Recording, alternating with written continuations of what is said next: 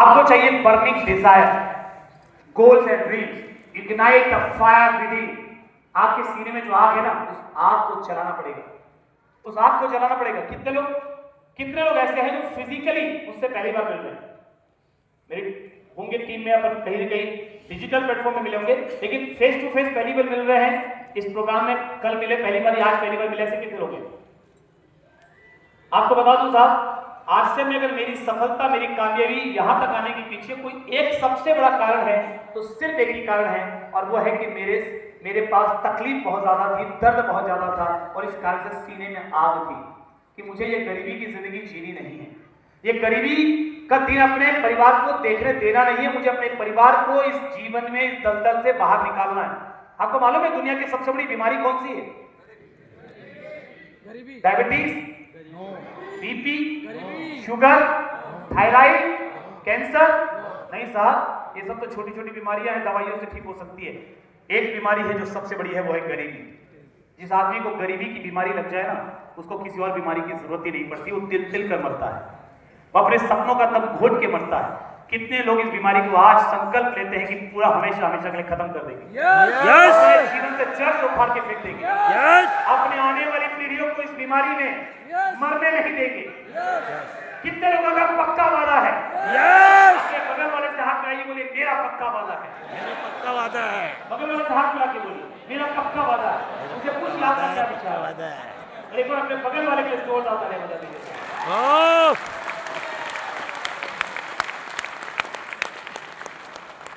तो burning desire, अगर आपकी जिंदगी में तकलीफ है, अगर आपकी जिंदगी में अभाव है, अगर आपकी जिंदगी में प्रॉब्लम है, अगर आपकी जिंदगी में सपने अधूरे हैं, तो अपनी इस आग को और भड़काने की जरूरत है। भड़काना ऐसा, इस आग को भड़काना, अपनी तकलीफों को, दर्द को लिखो एक कागज पे। जितने दर्द है आपकी जिंदगी में, जितनी तकलीफें हैं आपकी जिंदगी में, जब जब आपने समझौता किया, जब जब आपको कॉम्प्रोमाइज करना पड़ा पैसों की वजह से, उन सारी चीजों को लिखो।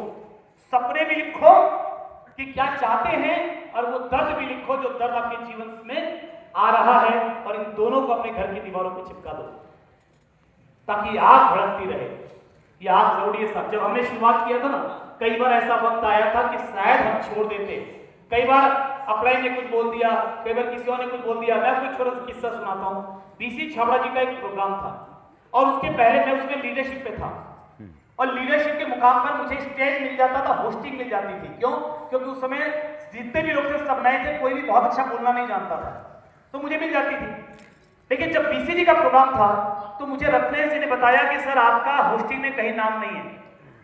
तो मैंने कहा क्या मजाक कर रहे हैं आप, नाम क्यों नहीं है? मैं तो ठीक ठाक बोल लेता हूँ, आपके रॉयल्टी इश्यूर नहीं बोल पाते कई लोग।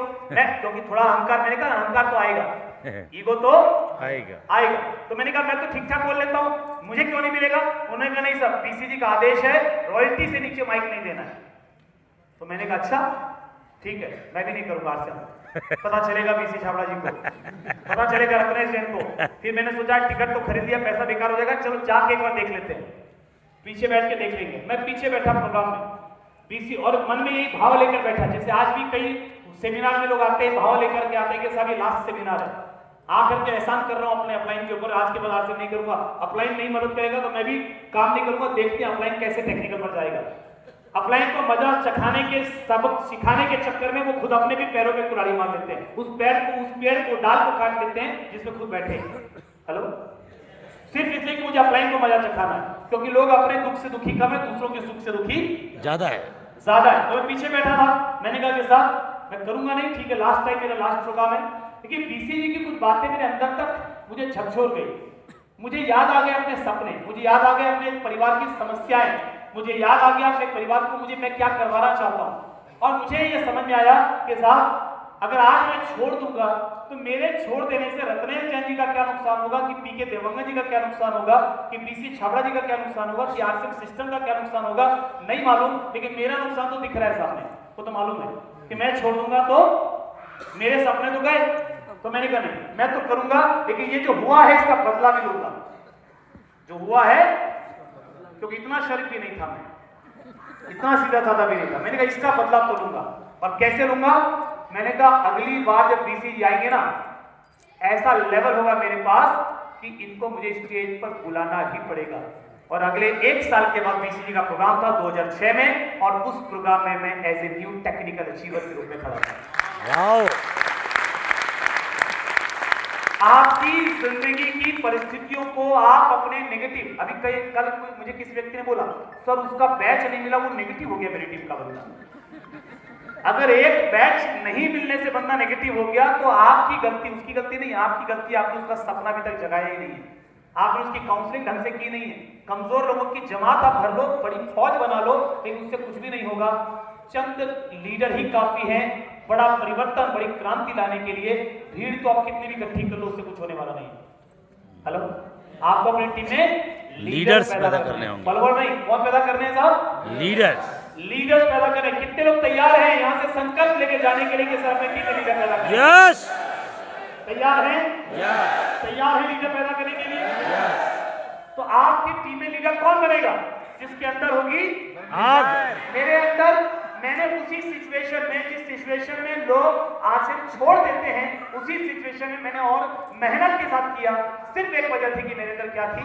आग थी, बर्निंग है। सिर्फ क्या वजह थी साहब? मेरे अंदर क्या थी? बर्निंग है, आग। और मुझे मालूम था कि मैं आशा कर रहा हूं तो अपने बच्चों के, अपने परिवार के सपनों के लिए कर रहा हूं, अपने छोटे भाई की पढ़ाई के लिए कर रहा हूं। मैं आश्रम कर रहा हूं तो अपनी मम्मी को तीर्थ यात्रा करवाने के लिए कर रहा हूं। मैं आश्रम कर रहा हूं तो अपने पिताजी का कर्जा चुकाने के लिए कर रहा हूं। मैं आश्रम कर रहा हूं तो अपने परिवार को गरीबी से बाहर लाने के लिए कर रहा हूं। और आश्रम मैं नहीं करूंगा, और अगर मैं जिम्मेदारी नहीं लूंगा, अगर मैं संकल्प नहीं लूंगा, मैं इसका मेहनत नहीं करूंगा, तो कोई और नहीं आएगा मेरे परिवार के सपनों को पूरा करने के लिए, कोई और नहीं आएगा मेरे माँ बाप के सपनों को पूरा करने के लिए, कोई और नहीं आएगा मेरे भाइयों के सपनों को पूरा करने के लिए। ये बात मुझे अच्छे से मालूम थी कि सचिन अगर तू नहीं खड़ा होगा तो दुनिया में कोई तेरी मदद करने नहीं आएगा। क्योंकि ये बात याद रखिएगा, कड़वी सच्चाई है कि आप जिंदा हैं कि मर गए हैं, इस बात से किसी को कोई लेना देना नहीं है। आपकी जिंदगी की तकलीफों से किसी को कोई लेना देना नहीं है। आप झूठी सहानुभूति में, झूठे रिश्तों में इस कदर उलझे हुए हैं, आपको लगता है कि साहब पूरी दुनिया मेरे लिए सोचती है। आपसे किसी को कोई लेना देना नहीं है। अगर आप खड़े नहीं होंगे अपने परिवार के लिए, अपने हक के लिए, तो साहब कोई नहीं आएगा आपकी मदद के लिए। आपको खड़े होना पड़ेगा। यस, आपको खड़े होना पड़ेगा। आप खड़े होंगे, आप खड़े होंगे, आप खड़े होंगे, तब जाकर परिस्थिति आपके अनुकूल आएंगी। तो ये बात मुझे समझ में आती थी। इस वजह से कई बार जब छोड़ने का मौका आया तो मैंने छोड़ा नहीं। मेरे गुरुजनों का आशीर्वाद रहा, मुझे सीखने का मौका मिला, लेकिन मैंने छोड़ दिया होता तो ये सारी चीजें क्या काम आती? ये रेड कार्पेट सेलिब्रेशन उस व्यक्ति के क्या काम आएगा जो आसन कर ही नहीं रहा? हेलो, यस, ये सारे प्रोग्राम, ये ट्रेनिंग उस व्यक्ति के क्या काम आएंगे जो मैदान से छोड़कर भाग चुका है? मैं बैटिंग कर रहा हूं, बॉल मेरी समझ में नहीं आ रही है, जिंदगी एक से टफ बॉल दे रही है, पेसर दे रही है, स्पिन दे रही है, समझ में नहीं आ रहा, गुगली मार रही है, कभी चोट लग रही है, कभी यहां लग रही है, कभी यहां लग रही है, लेकिन मेरे जीतने की उम्मीद केवल तभी तक है जब तक मैं मैदान में हूं। ये याद रखना साहब। यस, अगर मैंने उस घबरा करके उस बॉल से डर कर मैदान छोड़ दिया तो फिर चाहे कितनी भी अच्छी गेंद आ जाए, मेरे बाद वाला खिलाड़ी छक्का मार सकता है, मगर उस छक्के में मेरा नाम नहीं होगा, उस चौके में मेरा नाम नहीं होगा, सेंचुरी में मेरा नाम नहीं होगा। हेलो, यस, कितने लोगों की बात समझ में आ गई? यस, मेरे जीतने की उम्मीद कब तक है? जब तक मैदान में हूं, जब तक मैं खड़ा हूं, मेरी जीतने की उम्मीद जिंदा है। जब तक मैं जिंदा हूं, जिंदगी के बदलने की उम्मीद जिंदा है। जब तक मैं खड़ा हूं, मेरे जीवन के परिवर्तन की उम्मीद जिंदा है। मैंने मैदान छोड़ दिया फिर कुछ नहीं हो सकता। तो कितने लोग खड़े रहेंगे हर परिस्थिति में? यस, कितने लोग खड़े रहेंगे हर स्थिति में?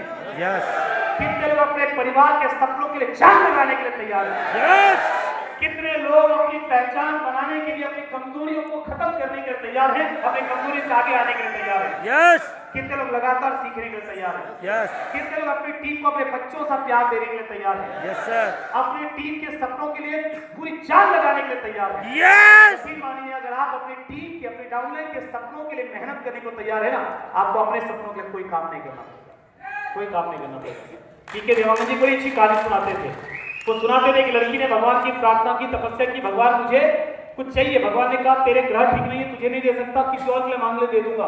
तो लड़की ने कहा ठीक है भगवान, एक काम कीजिए, मेरे माँ बाप को एक बढ़िया सुंदर सा दामाद दे दीजिए।